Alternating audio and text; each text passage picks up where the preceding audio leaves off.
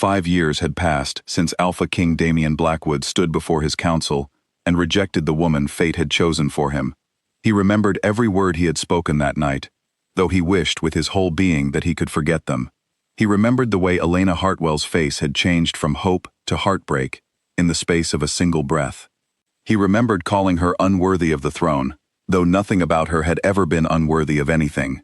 He had said those words to please a dying father who wanted the pack secured through a political marriage, and in doing so, he had destroyed the one true thing he was ever given. Elena had not screamed. She had not begged him to take it back. She had simply nodded once, turned, and walked out of the pack hall without looking behind her. That was the last time Damian saw her. He never married the woman his father chose. His father died 2 months later, and the alliance crumbled anyway, proving that everything Damian had sacrificed his mate for had been built on nothing. He ruled the Crimson Moon Pack for 5 years as a king, with no heart in his chest, going through the motions of leadership while feeling like a hollow shell wearing a crown. He searched for Elena in secret for the first year, sending trusted scouts beyond pack borders, but she had vanished completely into the human world, leaving no trace a wolf could follow. Eventually he stopped searching, not because he stopped caring, but because he told himself she deserved a life far away from the pain he had caused her. He did not know she was raising his daughter. Elena had built a quiet life in a small town far from wolf territory, in a modest house with a garden and a porch swing, working as a seamstress, and raising her daughter Mira with the kind of fierce, unwavering love that comes only from having nothing left to lose. She never told Mira the truth about her father. She only said that he was far away, and that someday, when Mira was older, she would understand everything. But some truths cannot be hidden forever, especially when they run through the blood. Mira was unlike other children. She was quiet and watchful, with a way of sensing things before they happened. Her eyes, ordinarily a soft brown, would flash gold whenever she felt strong emotion, a trait Elena worked hard to hide from curious neighbors. Mira heard sounds from streets away. She healed from scraped knees faster than any child should.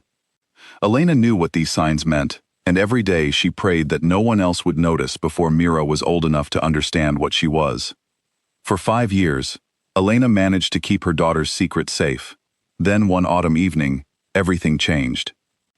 A pack of rogue wolves, wild and lawless, crossed into the region where Elena and Mira lived, drawn by rumors of an unclaimed wolf child living among humans. Elena woke one night to the sound of breaking glass and knew instantly that her worst fear had come true. She grabbed Mira from her bed, wrapped her in a blanket, and ran into the night without a single thought for anything except her daughter's safety. She had nowhere else to turn. The nearest place with the strength to protect them, the only place where the rogues would not dare follow, was Crimson Moon Pack territory. Elena hated the thought of returning to the place that had broken her, but she loved her daughter more than she feared her own pain. She traveled through the night and into the following day, exhausted and frightened, until she reached the edge of Crimson Moon lands. Pack guards found her collapsed near the border with Mira, asleep in her arms. They recognized her instantly, though 5 years had changed her. Word spread through the pack faster than fire through dry grass. Elena Hartwell had returned. When Damian heard the news, something inside him that had been frozen for 5 years suddenly cracked open. He rushed to the gates himself, his heart pounding in a way it had not in half a decade. When he saw her, pale and thin but alive, standing there with a small girl clinging to her side, he felt the mate bond flare back to life inside his chest, with a force that nearly brought him to his knees. He wanted to speak to her privately, to apologize, to explain, to beg for forgiveness in whatever way she would allow. But pack law required that any outsider requesting protection be presented before the full council, and Elena, ever proud, refused any special treatment.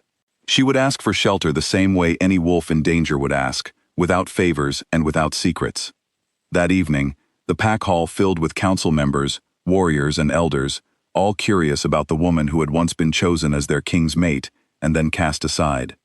Elena stood at the center of the hall, her spine straight despite her exhaustion, with Mira's small hand held tightly in hers. She explained the attack, the rogue wolves, and her need for temporary protection. She asked for nothing more. Damien sat upon his throne, unable to take his eyes off her, filled with regret so heavy it felt like a physical weight upon his shoulders. He listened to her speak, admiring her strength, hating himself for every year he had allowed to pass without finding her. It was then that Mira let go of her mother's hand. The little girl, curious and unafraid in the way only children can be, walked slowly through the crowded hall. Wolves stepped aside, murmuring in surprise, as the small child made her way toward the dais where the Alpha King sat. Elena called her name softly, urgently, but Mira did not stop. She climbed the steps of the dais one by one, her small hands gripping the stone for balance, until she stood directly before the throne and looked up into the face of the king. Damien looked down at her, and the moment their eyes met, the entire hall seemed to hold its breath. Mira's eyes, usually soft brown, shimmered gold in the torchlight, the same unmistakable gold that ran in the Blackwood bloodline. It was a color found nowhere else among the pack, a color every wolf in that hall recognized without needing to be told its meaning.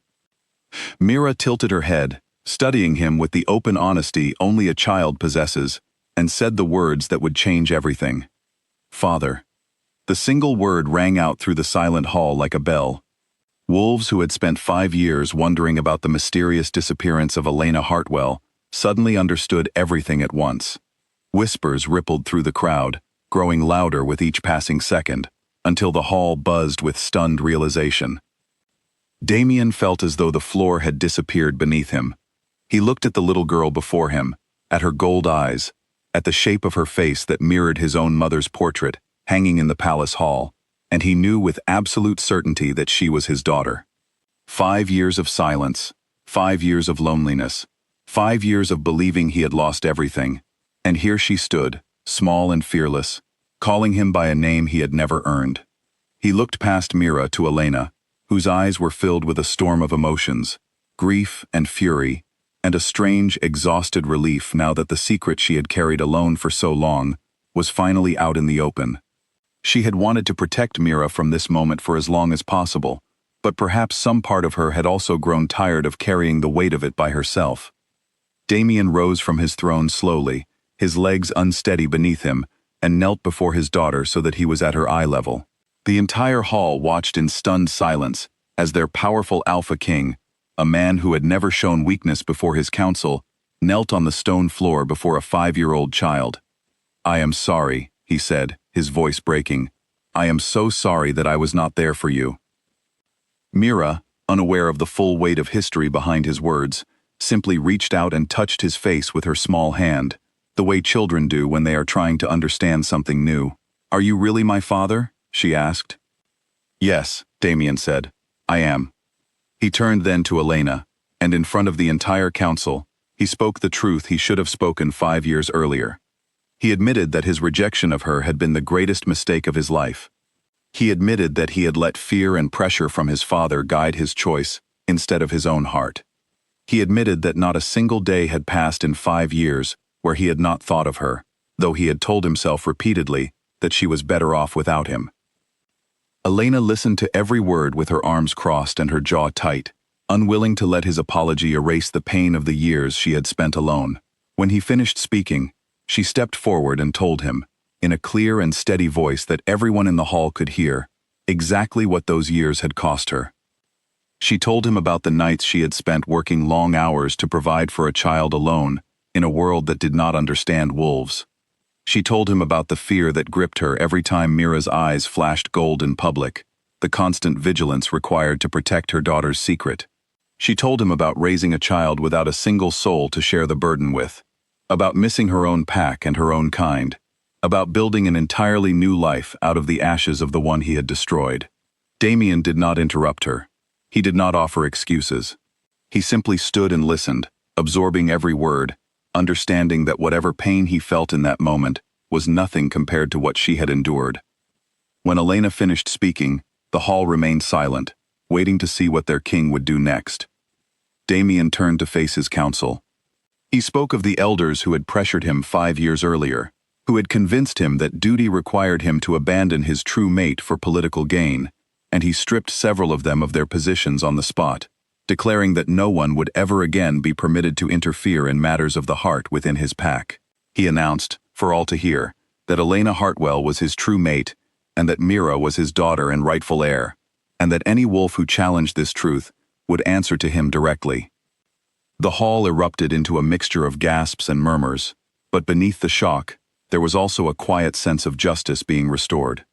Many in the pack had always believed that Elena's dismissal had been wrong, and now they watched their king finally correct the mistake that had haunted Crimson Moon for 5 long years.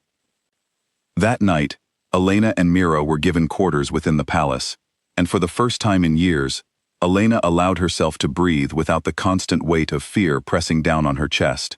But she made it clear to Damien that his public apology, however sincere, would not instantly repair what had been broken. Trust, once shattered, could not be rebuilt with words alone. Damien accepted this without argument. In the weeks that followed, he did not push her for forgiveness or attempt to rush their bond back into what it once had been. Instead, he showed her, through his actions, the man he wished he had been 5 years earlier. He made sure she and Mira wanted for nothing. He spent time with Mira patiently, letting the little girl set the pace of their relationship, playing with her in the palace gardens, teaching her small things about their kind, never pressuring her to see him as anything more than what she was ready for.